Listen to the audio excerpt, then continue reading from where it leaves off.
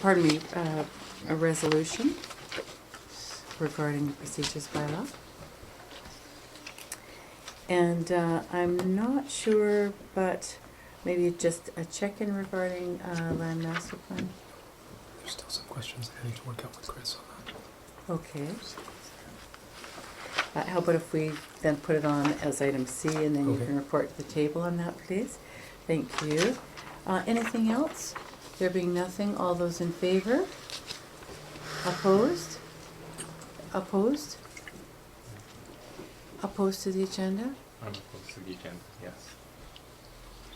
Is that a problem? I'm sorry, not at all.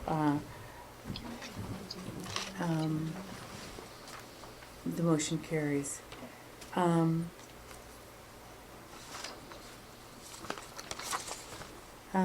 If we can move ahead then to public participation. And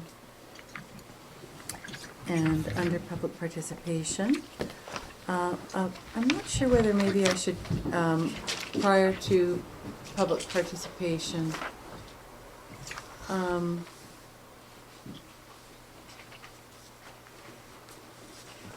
let's move ahead to public participation. I wasn't sure whether I should make my apology prior or for public participation, but let me move ahead to public participation if that's permissible. Does that make sense? Yep. Or yes? So prior to public participation, the Village of Lions Bay Council will begin and complete council meetings with public participation of up to 10 minutes, with each person who wishes to speak allocated a maximum of 2 minutes. Council at its sole discretion may extend public participation to include more speakers. Council has introduced a timer for each 2-minute segment. The council member responsible for timing speakers during public participation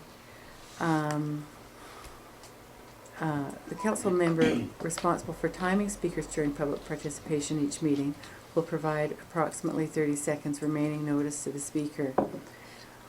When the timer first begins to sound, please complete your sentence within a few seconds and excuse yourself from the podium. Any questions asked during the 2-minute segment will be captured by the recorder. A respectful decorum is expected at all village meetings. Thank you. Now, if we can go on then to Penny Nelson. Penny? What I did today is I got a draft copy of the minutes of last week's meeting, and I'd like to point out that the one section C there in public participation is completely incorrect.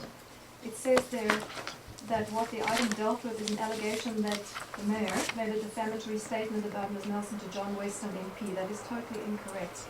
So what I have here is a copy of what I read out last week, so that the minutes can be corrected to reflect the points that I actually made last week. This has nothing to do with a comment that the mayor made to John Weston.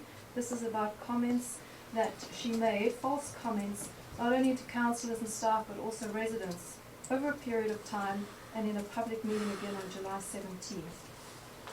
So I'm going to give this to the lady who does the minutes so that she can make the corrections accurately. I'd also like to point out that I did not request that the mayor recuse herself last week. It is according to the community charter that she has to disclose, she has to remove herself from a meeting if she's in conflict of interest, and that is why I gave her a minute to do so. I didn't request that she do it, she knows she has to do that. I just gave her a minute to do so. Thank you.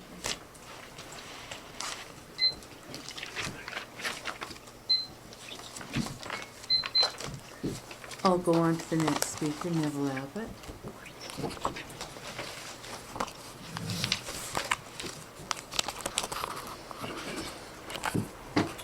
Hi, I'm going to read from some notes and hope to get through in the 2 minutes. Last week I sent a list of questions to the council about the RFIQ. I was told today in an email that it is not on the agenda and not in the public binder because the response from Secretary Treasurer was only completed today, so it won't be dealt with until the following meeting, which is 1st of October. Given my letter was more than a week before, I think it should have been done by now, but we'll be that way. I just want to go to a couple of points that was in that and subsequently come up. The main point of the letter was about this idea of bonding versus letter of credits. And I've since been told by a few people that there's a perception of bonding and letter of credit is the same thing. I've been in the construction industry all my life. It's not true. I think most people do not perceive it that way. I have copies of a document that seems to lay out the differences as I've always understood them, and I suggest we just everyone looks at those before they make making a further decision. The two main differences that we need to understand in this case is that a bond, performance bond is given by a bank. Is given by an insurance company, and in doing so, the insurance company does a whole lot of pre-qualification of the contractor. The insurance company will already assess the contractor's business operations, financial resources, expertise, organisation, existing workload, and its profitability, as well as verifying the contractor is not in default in any other places before they'll give them that guarantee. A letter of credit does none of those. A letter of credit is purely a cash guarantee from a bank, depending on what amount you want to put on it. The second important difference is that bonds, and we'll talk just about performance and labour material bonds here, there are lots of them. Thank you very much, Mr. Abbott. It was. Could I call Carol Conlon forward, please? It was a 30-second warning. He did raise his. You did? You raised your hand? Okay. Thank you. I just have two small things. On your draft minutes again, under the public questions where I asked something, and it says, it was my contention that the right to due process was not breached during the meeting. I would like the Local Government Act that I quoted, and what I actually quoted in there in the section, rather because I see that when you took 3F, Michael Broughton, you gave him the Canada Constitution and all that, like where he was saying it was not an allegation, it was not acceptable, you think? And so that was the one I wanted to do there. Oh, I had another one in my mind. That probably was good enough, but that's where they were. Thank you. Thank you, Ms. Conlon. Mark Hurst.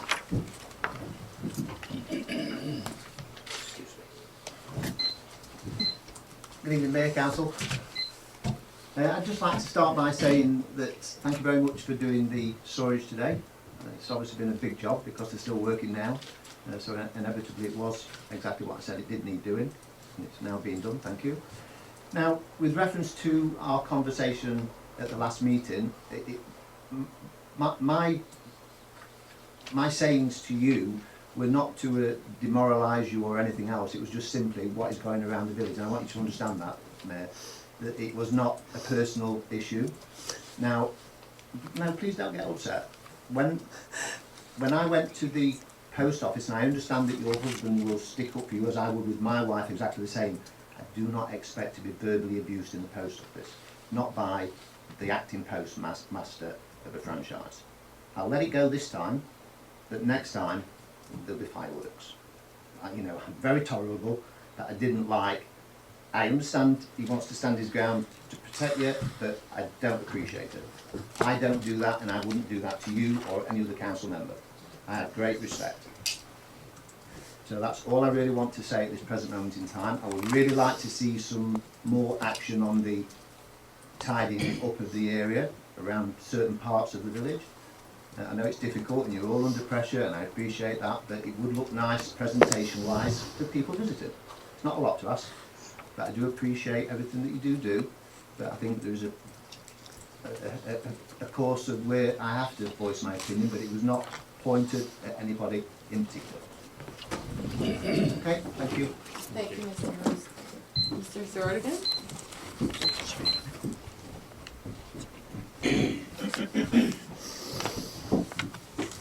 This is before 2 minutes. Don't cry. We love you. Okay? Actually, I love everybody. But the point is, you are here that we will be together to resolve the problem. I have a suggestion, my dear. First of all. Don't, No, please, no, no. Mr. First of Zordigan. all. No, No. honestly, just, thank you. I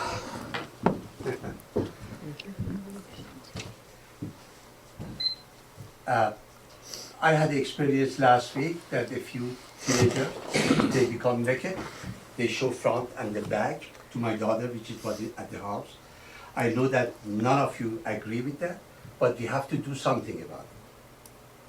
I ask signage. Please make a few signages at the lower Kelvin Grove that shows that there is a change room, there is a washroom, and no pee in here. I asked before. Please do so. One more thing is just the asphalt in lower Kelvin Grove. It's so bad. It should be redone or repaired, whatever it has to be done. Please make a note. The third is, you couldn't find anyone replacing with chalk. I don't think that it does hurt if we write a letter to him or call him, ask him to come back over here, talk with him, because he talked with me. I know that it's not a big deal. Talk with him and ask him to come back. You are not going to find, we are not going to find anyone like as chalk to be responsible. If any of you maybe don't like chalk, that's a personal thing. But we have to do something for the society. Chalk was responsible. He did the job very well. You couldn't find anyone, and please do so. The third thing that I want to remind you, that it was stated in my email regarding to the signage for the towing. I would like just Mark, and the other people resident in the lower Kelvin Grove have time, have a Thank you, just Mr. call Azarkan. by, for the towing. Thank you. No law will be enforced without enforcement. Thank We you. need Thank you. I'll move on. There being no delegations, I'll move on to a letter that I've prepared to Miss Penny Nelson that I'd like to read out. Dear Penny, or dear Miss Nelson, on July 17th, 2013, I informed a public meeting in Lions Bay that you had recently been identified by MP John Weston as the author of a letter to him regarding the WEDC grant application for our community center renewal. I had been informed of the existence of a letter regarding the WEDC grant application, but not the name of the author, in March 2013. I regret disclosing your name and wish to apologize for any hurt or embarrassment that you have suffered as a result of my action in doing so. I am very sorry for any hurt that you have experienced as a result of my actions. Were such circumstances to occur in the future, I would not disclose the name or would consult with the individual involved before doing so. Sincerely, myself, Mayor Brenda Broughton. Thank you. Thank you. If we can move along to the adoption of the minutes